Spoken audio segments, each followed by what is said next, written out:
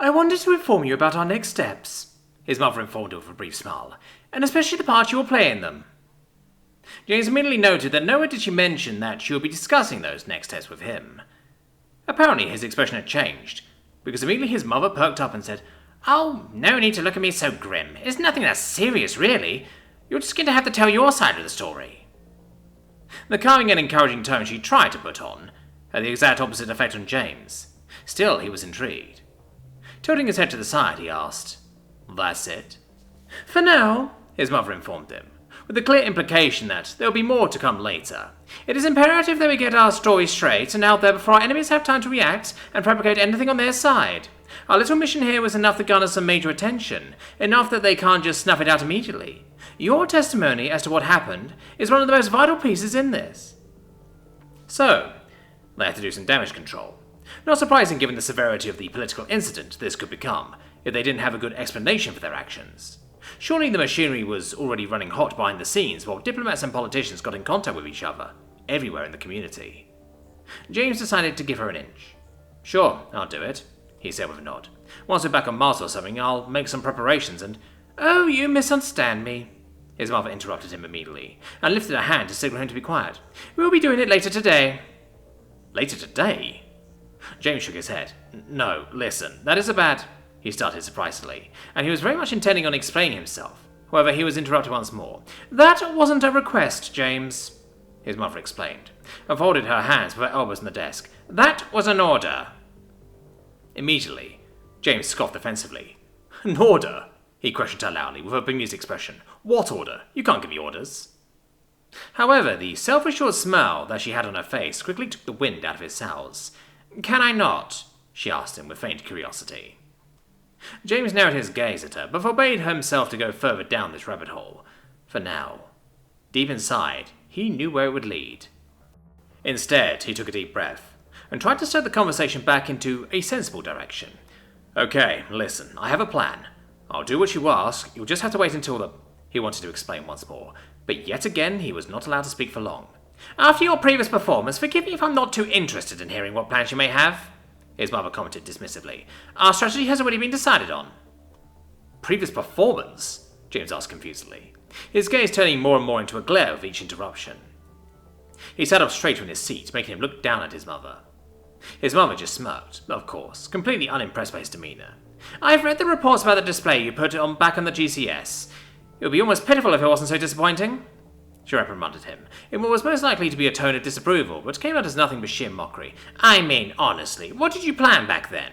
Did you even have a plan?" James clenched his teeth. "I'm not discussing this with you," he grumbled, feeling that this topic had no place in this conversation, but his mother just bemusedly smirked him off. "Don't get me wrong, I understand the idea of trying to get leverage in form of a vital system, but the execution— I mean, come on, James, we trained you better than that." She kept going, and it was clear she wasn't going to let up. "I didn't have the means to," he started, but it was no use. "Excuses!" his mother exclaimed, her mockery turning to firm reprimanding. "I already told you, I read the report. You had security out in no time, you had every means necessary." "They cut power to the building," James defended himself. He didn't even know why he bothered. He should have just shut his mouth and forced her to get back to the point. He knew that. But his mind just wouldn't allow him to. What was I supposed to do? The best he could do for the moment was to keep himself from yelling. "Force them to turn it back on," his mother rebuffed, frustratedly gesturing with her open palms. "You had hostages, didn't you? Just give them a very clear signal that you did not appreciate that stunt, and that they better not try something like that again." Her gaze burned into his eyes, and he felt an endless whirl of hot spite bubbling up within him. Through gritted teeth he pressed out, "I wasn't going to kill anyone." "Then you shouldn't have been there in the first place," his mother stated firmly. "If you didn't have the determination to do what needs to be done, then what the hell were you doing there?" "Those people did nothing wrong." James tried to vainly defend himself once more, but it sounded empty even to him. He could feel that this was a battle he would lose, and for once, it was entirely justified.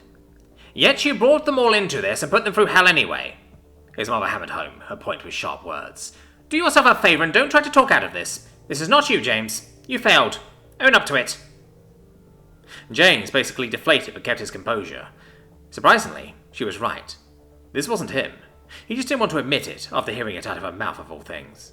"I intend to," he replied, remembering the oath he made to himself back on the station.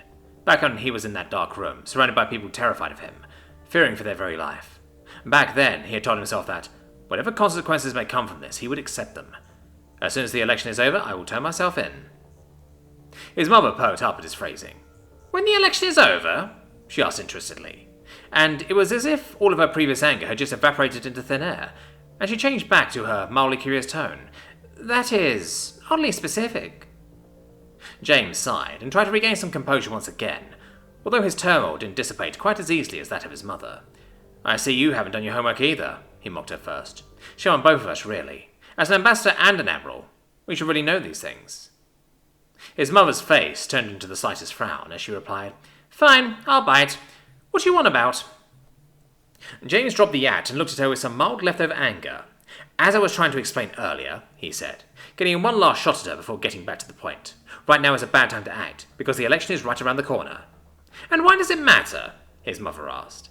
And it seemed that she was actually curious about what James had been planning now, despite her earlier words. For the same reason I can't turn myself in right now, James explained, and regained some of his professionalism. Because of the Galactic Communal Law, number 57, paragraph 2, section 3, also known as undenied candidacy. His mother pursed her lips and asked, And what does it say? Apparently she felt the need to pull everything out of him as soon as he paused to take a breath. You can imagine it like a sort of diplomatic immunity, James explained, trying not to let himself be irritated by the constant interruptions. It was created in the early days of the community. Back then, some political parties realized that one of the easiest ways to get their opposition out of the way during an election was to just sue them or frame them or something of the like, and have the law take them out of the race for you. As a sort of knee-jerk reaction, the community ratified the undenied candidacy section back then, meaning that candidates in any major political elections gained a temporary immunity to being arrested, detained or brought before a court of law. Of course, in the many years since, an entire legal framework of closing loopholes and patching up cracks had to be built around that. And from what I've heard, they've been pretty successful with that. At least it seems there hasn't been any major problem with the law in something like 200 years. But the basic premise still lives on to this day. His mother rubbed her chin interestedly. I see. So since you're technically still running for councilman, you can't even turn yourself in right now, unless you step down, she mused interestedly. But I don't see how that would interfere with any of our plans. James shook his head. You're not that dumb, he admitted begrudgingly, and looked her right in the eyes. Let me give you a little help. How long do you think the reinstation of the council would take? His mother didn't yet seem to see where he was going with this, but she decided to indulge him. A few days at most, she ventured to guess, and brought a finger to her lips thoughtfully. James nodded. And how long do you think a full-blown election would take? Followed up on his previous question. I'm guessing longer, his mother replied, and apparently she now saw what he was talking about. James scoffed. The right answer is, nobody has any fucking idea, he said bemusedly, because it hasn't happened in forever. The current council, not in his current form, but in its current incarnation, has been reinstated time after time again for more than the last 100 years. Of course, the members have gradually been exchanged for new ones over time, but that was one by one. A full new election of the entire council is basically a relic of the past at this point. So to get one going, should it be necessary all of a sudden, could take between a month and an entire election cycle. Nobody knows for sure. His mother looked at him with her eyebrows raised. And you're afraid us going public with your story might cause that to be necessary? She asked, in a strangely surprised and weirdly intrigued tone. James shrugged. No idea, he replied honestly. He wasn't entirely sure about how much of an effect it would have, but why should we risk it if we can just wait a few days and not have it be a factor anymore? His mother sat up and leaned her elbows onto the table once more, leaning forward a bit. So, you would rather have them reinstated into their positions and then have them arrested after? Am I understanding you correctly there? She inquired, and it almost sounded predatory in the way that she said it. But James nodded firmly. I think that would be the easiest way. As soon as they are back in their office officially, they no longer have any immunity, he explained very directly. His mother leaned back again, bringing the palms of her hands together and lightly tapping the tips of her fingers against her lips, letting out a long breath through her nose.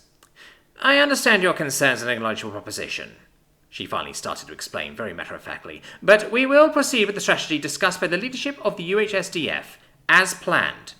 You'll give your testimony later today. You can't be serious, James exclaimed, his calmness breaking in one fell swoop. I hate to repeat myself, James, but that is not a request. Your objection is noted, but overruled, his mother explained, in what was the closest thing to her professional voice yet.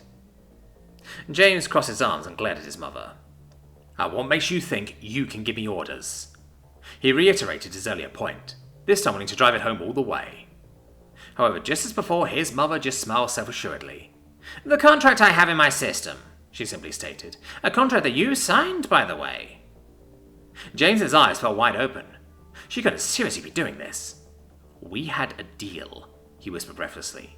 However, his mother just ignored it.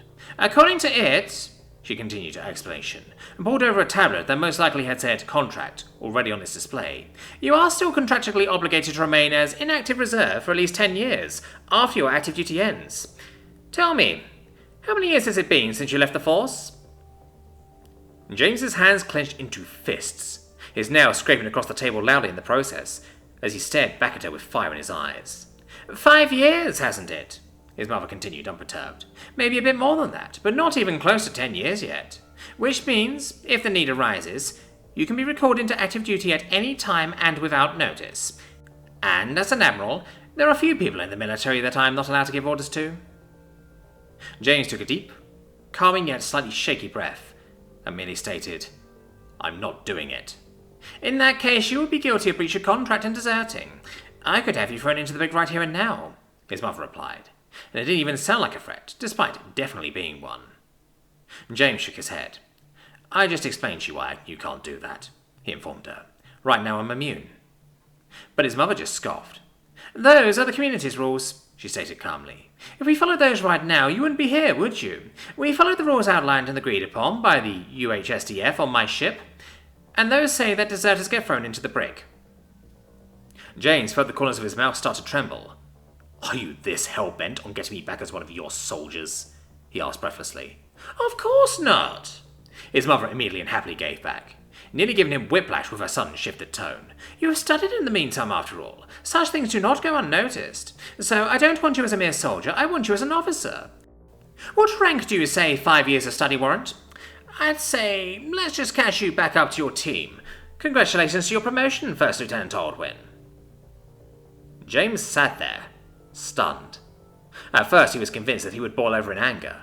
In front of his inner eye, he could already see himself snap and whip up into a thunderous wrath. However, it didn't happen. Maybe he was too overwhelmed. Maybe it was a slow burner. Or maybe he had seen this coming all along, and just didn't admit it to himself. Whatever the reason may have been, he was suddenly calmer than he had been before. Forgive me if I don't break out in tears of joy, ma'am, he stated with a dead voice. We can handle celebrations later, his mother happily agreed, apparently taking this as him admitting defeat once again. Now let's get back on track and prepare you for your testimony. You can get your stepping down for your candidacy as councilman out of the way right with it. Who says I'm stepping down? James asked soberly, and tilted his head interestedly at his mother. James, his mother replied, and apparently tried to go for the diplomatic route at first. You've been forced into this and coerced into candidacy under false pretenses. You'll be testifying about that very thing, so of course you'll be stepping down. I have no plans of stepping down from my candidacy, James stated very clearly. If she was going to make him do this, he would do it his way. Don't make this harder than it needs to be, his mother replied, exasperated. However, James stood firm in this. I'm sorry, ma'am, but you can't do anything about it, he said. Can I not, Lieutenant? She replied, putting emphasis on his newly acquired rank. But it didn't mean anything. You can't, James reiterated. You said it yourself. On your ship, we followed the rules outlined and agreed upon by the UHSDF. And while the undenied candidacy section is not part of that, you still cannot forbid me from running for a political office, as that would be against my basic rights. His mother's hazel eyes narrowed to slits. I could have you disciplined just for talking to me like that, James, she warned him. But James blew her off, replying, Then do that. I don't care. He scooted back in his seat and looked right into her eyes. I already told you. I'll be turning myself in the moment that becomes possible. Currently, that is when the election ends. If you force me to step down, it will be effective today.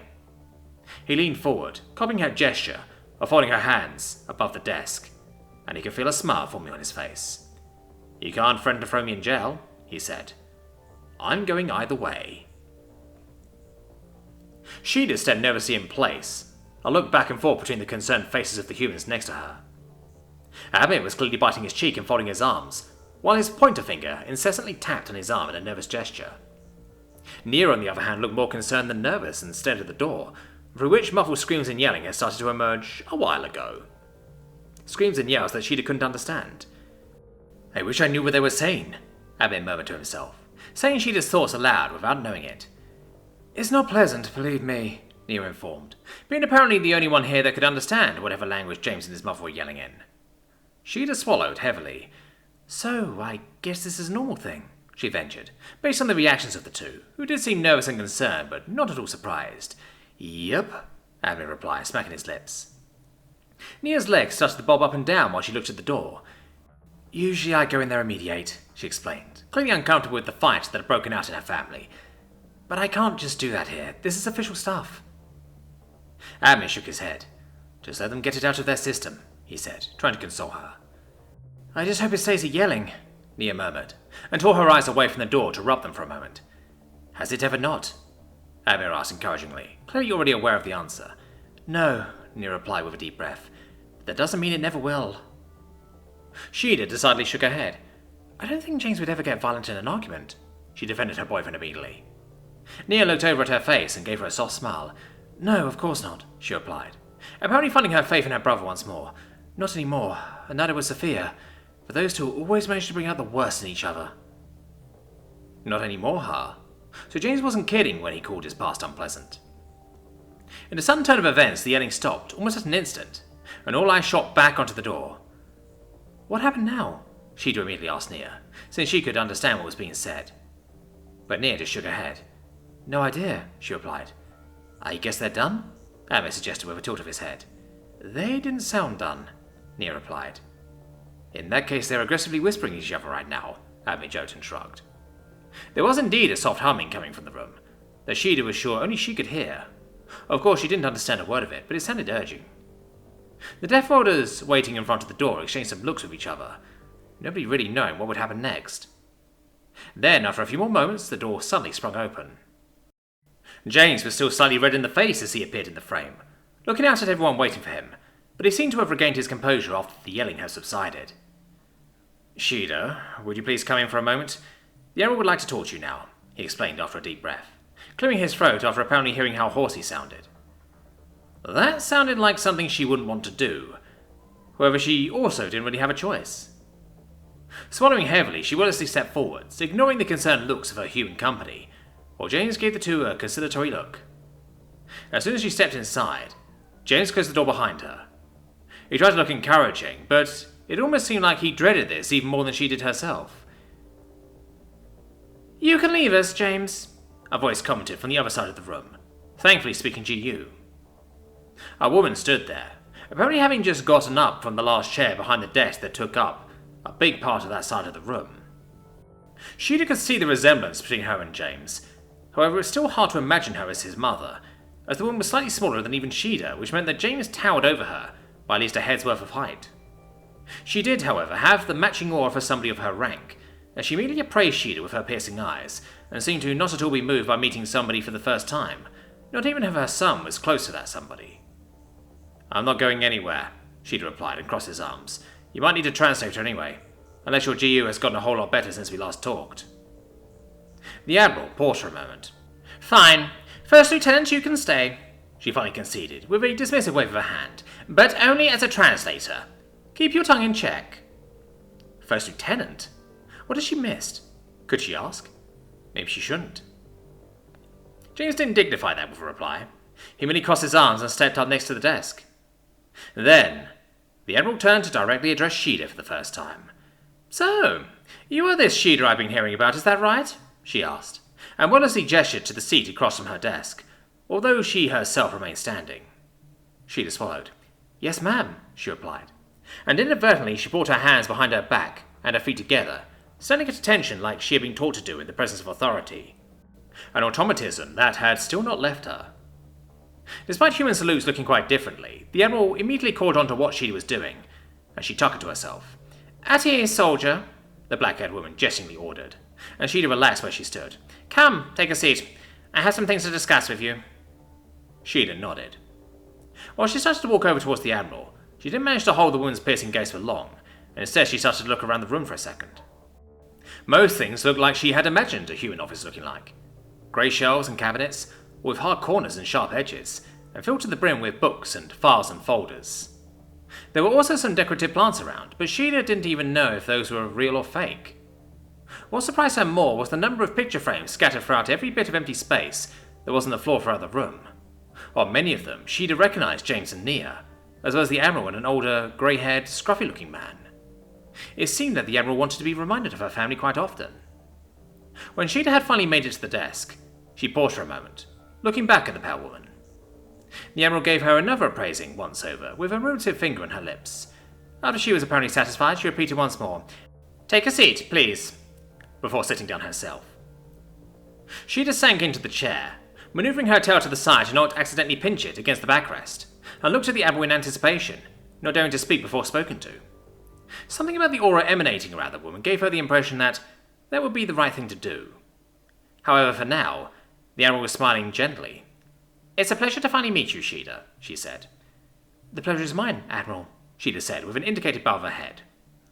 The Admiral smirked. "Usually I would offer you to just call me Sophia, but given the circumstances, I hope you don't mind if we stick to Admiral for now," the Admiral informed her, and Shida immediately nodded, having never planned to do any different in the first place. Then the Admiral stared at her face for a second longer, before apparently cracking up and letting out an amused breath. In what was clearly a break of her facade, she turned her gaze to her son, who still stood next to Shida, unmoving for a second, and amusedly commented, "Honestly, James, only you could not find a girlfriend during college but then bring one home from space of all places." This clearly also violated her own rule of James only being here as a translator from earlier, though Shida expected it would be wise to not call her out on it. "I had a girlfriend during college," James dryly informed his mother with an annoyed expression. "I just never introduced her to you." The Admiral pursed her lips. "Well, it's a good thing you were forced to this time," she dismissed his statement, before returning her attention back to Shida. Her tone also shifted into one that almost sounded praising, or at least something close to it, as she continued, "After all, it would have been a shame if we never got to meet each other. It seems like you picked someone quite interesting this time." Shida could hear James grinding his teeth, but he remained silent, while the Admiral pulled one of those assistant-like things humans called tablets over to herself and activated it, studying whatever was displayed on her screen. "I managed to get my hands on your personal file," she explained, apparently now addressing Shida again, and the feline's ear stood up straight as she came to full attention. "And I have to say I'm intrigued. Petty Officer First Class of the Communal Military. I never imagined James falling for someone from the military again." Shida swallowed once more. "I'm afraid I have most likely been dishonorably discharged at this point," she immediately admitted, although obviously the Admiral had to know that already. The Admiral seemed to ignore that comment. Instead, she continued with her previous musing. "I must say, though, while the rank of Petty Officer First Class is certainly an achievement, it doesn't seem quite right when I look at this resume of yours. Tell me, Shida, how many years of experience do you have?" The piercing eyes glanced up from the tablet screen, and curiously looked right into Shida's. "Almost a uniform year," she replied, which was mostly honest. It was closer to 4/5 of a uniform year, which meant there were still Earth years between her experience and an actual uniform year, but she wanted to keep it brief. The Admiral nodded. "And yet you are only a petty officer?" she asked, and a shudder went down Shida's spine. "Yes, ma'am," she replied, with a dry mouth all of a sudden. The Admiral nodded once more, and looked back down at her tablet. "I had to confirm it with you. Given your qualifications, that didn't seem entirely right to me," she explained, apparently scanning over Shida's personal files with her eyes. "You were even on your best way to becoming a Habitat-style pilot, and you had your original pilot training already. You should have been an officer at this point, at the very least. I'd even say that the rank of a lieutenant or maybe even lieutenant commander would have been adequate for someone of your training and resume." That sounded like a scolding waiting to happen, and Shida had no idea what to do about it. She couldn't influence what rank she held. She could only do her work and complete whatever training she could, and hope to get promoted someday. But apparently the Admiral waited for her to say something. "I don't know what to tell you, ma'am," she said meekly. "I simply never got those promotions. I honestly can't tell you why." Next to her, she could hear James shift all of a sudden. "You're not doing what I think you're doing, are you?" he suddenly asked in a firm voice. And when Shida looked up at him, she saw that he was fixating the Admiral with his eyes. His mother merely shrugged. "I mean, someone of her qualifications," she said, her voice slightly trailing off. "Of course they're not up to our standards, but with a bit of training and extra education. I mean, her experience alone would give her the rank of an ensign at least. We can't waste potential like that." Training? Schooling? Rank of an ensign? So this wasn't her being criticized? Was she saying that? She had cleared her throat, which brought the attention of the room back onto her. "I'm sorry, but if I'm understanding you correctly, that sounds like you are," Shida said, but the Admiral didn't even wait for her to finish the sentence. "Offering you a position?" She guessed what would have been Shida's next words. "If I did, would you be interested?" Earlier, James hadn't sounded happy about that. He hadn't sounded happy about anything involving his mother. However, the rank of ensign. She would just skip something like 4 ranks with that. And that wasn't even the end. With a bit of schooling and training, a lieutenant. That was just 3 ranks away from a captain. It would be a huge leap in her career. And serving directly under a 4-star general? Slowly, she turned her head up towards James, who looked down at her with an already conceited expression. "So, you love me, right?" she asked sheepishly, and James took a deep breath, which he released in a long sigh. "You know you don't have to ask me," he said, and it banished any disapproval from his voice, no matter how he felt. "I know this is important to you." Shida turned her eyes back to the Admiral, who had an almost victorious smile on her face. "I would be very interested," she replied. "I'm still having a hard time believing that you of all people outrank me now," Shida commented a few hours later, while James was busy brooding over some general talking points he would have to address during his testimony one last time. After his earlier plea to wait until the election was over, his mother had apparently decided to go in the exact opposite direction, and had made some last-minute adjustments, most of them intended to try and really shake up the upcoming election. James wasn't happy about it, but apparently it had the blessing of even his mother's superiors, so there was little he could do about it. "I'm not happy about it either," he replied distractedly, while throwing his brow one of the bullet points. "I didn't exactly ask to be pulled back into this." Shida made a contemplative sound, and then suddenly nuzzled up to him, cooing into his ear. "But aren't you at least a little excited that you get to order me around now?" James paused, lifted his gaze from the list, turned his head towards her, looked her right in the eyes and replied, "Nope," right before pecking her on the cheek. Shida snorted and pulled away from him again, allowing him to concentrate. Although the hot spotlights already directed at him also made that pretty hard. Already camera crews, lighting and sound technicians, and all kinds of other media people were hurrying about behind the scenes, waiting for him to be ready. This wouldn't be a live broadcast, but they were certainly treating it like it was one from the looks of it. In a reflex that still remained, James tried to stroke some hair out of his face, but only found air in front of his forehead. His hair had been brought back to a neat, short cut. His beard had also been trimmed back to the neat, short shadow that he preferred. For a moment, he wondered if the people seeing the broadcast would even recognize him. A woman with a powder puff now hurried over to him, in order to reapply the sticky powder that he had inadvertently wiped away from his face. James enjoyed the quick fresh-up, before bringing his eyes back to the list. "Do you think you can keep all that in mind?" a voice commented from somewhere in the dark area outside the spotlight, that James could barely see right now. "I've got practice by now," James replied, thinking back to the many similar scripts he studied back during his instructing on Osnajar. Although, admittedly, those gave him less room to ad-lib and were way more specific. This at least left him with some freedom of how he wanted to say things. James then glanced up at Shida again. "You sure you want to be on this?" he asked, and nodded towards the many cameras directed at him right now.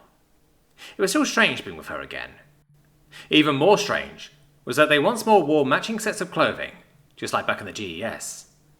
The long sleeves of the uniform covered most of his synthetic arm, but James still wore a glove in his right hand, just to be sure to keep it completely concealed. Shida nodded. "I'll be right here," she said with a smile. James smiled back, and then looked at the people around him, all of which at least wanted to help him get his story out there, in a complete reversal of the last time he found himself in front of this many cameras. Then he got to his feet. "Alright, everyone get ready, we'll be on in 10. A voice seemingly shouted from somewhere in the darkness behind the cameras, and James heeded the advice, preparing himself mentally.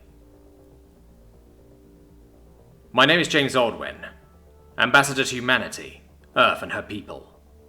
As many of you most likely know, I currently stand as a candidate for the free seat in the Galactic Council. Not long ago I addressed all of you in a speech that seemingly pertained to my goals in reaching this office, as well as the support I had behind me. Today I address you again, and many of you surely already noticed that I appear quite different today from not long ago. Many of you may also have heard about the events that took place on the planet Osnajar just yesterday. Right away, I will confirm here and now that those events on Osnajar were caused by the UHSDF, the human military, in an effort to rescue me from the planet. We are not denying those allegations, nor will we try to claim the contrary. However, in my position as Ambassador for Humanity, I will justify these events to you. I will outline why they were necessary, how they pertain to my person, and what will be happening from now on. Many of you have surely noticed humanity closing their borders, and I can understand that worries you. However, let me start by saying that you need not be concerned. I will explain it all to you shortly, but for that, I have to start at the very beginning. It was unbeknownst to me back then, but ever since I left Earth in order to join the galactic community, I had become a target. The harsh spotlight shone into James's face as he started his addressing of the people. Shida stood right with him and quietly let him make his case. Around them, the dark room was completely blocked out of their vision by the light. Everyone was so quiet that you would have been able to hear a pin drop had James not been speaking. He then explained how he was placed under surveillance on the GES at the hands of the warrant officers Reprieg, Hyverty, and Tassil, as well as the attempt on Curie's life and the attempted destruction of evidence, all of which happened under the command and with the knowledge of one Captain Faramore Uton. How he, as a human ambassador, was seen as a way to reach and manipulate his people, all in the name of sowing discord in the name of unity. Then he explained what happened once they arrived at the GCS, how he was welcomed by the Elite Supreme herself, and introduced to the councilman Kashalengas Zenshald and a court koollman, not knowing at the time that they were involved in the very same plot as the captain. He recounted how they tried to influence his views, and how they even hired a Deathworlder to skew his perceptions and opinions, even if it was without success, although given her situation, he omitted Sky's name from the testimony. What followed, you are all already aware of. You know it as the terroristic incident on the GCS that happened more than a month ago, he confessed to the running cameras, using them as a stand-in for the people that were hurt that day. However, the version you have been made to believe is twisted and filled with lies and falsified evidence. Today, I am here to admit to you that the real perpetrators of the events that took place in the GCS that day were me and said organisation, as I tried to escape their sphere of influence once they realised their plot had been uncovered. I admit to all the crimes I committed that day, and I apologise deeply to all who have been harmed, be it by me or the circumstances. I saw no other way back then, but today I regret deeply what I have done. I am not denying any of the allegations this brings with it, and I am not asking for your forgiveness. I will stand trial for it, and let the court of law decide my fate. However, that is not possible yet, for all my attempts to escape were in vain. I was captured, detained, and brought to the planet Osnajar against my will. He finished his testimony by explaining how his armor had been removed because he was deemed dangerous, and how they tried to make him their tool by force, coercing him to run for the office of councilman.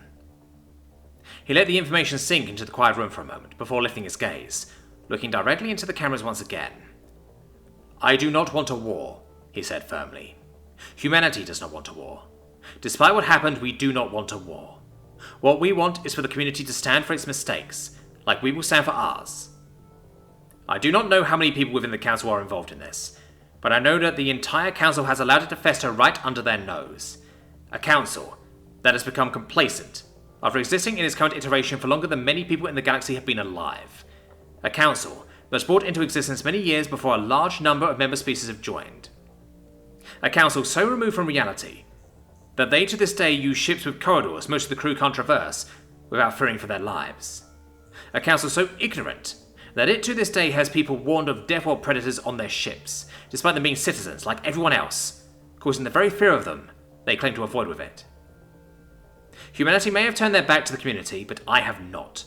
Despite the circumstances, I will continue my candidacy for the position of councilman, representing everything this group, these vile people, disdain.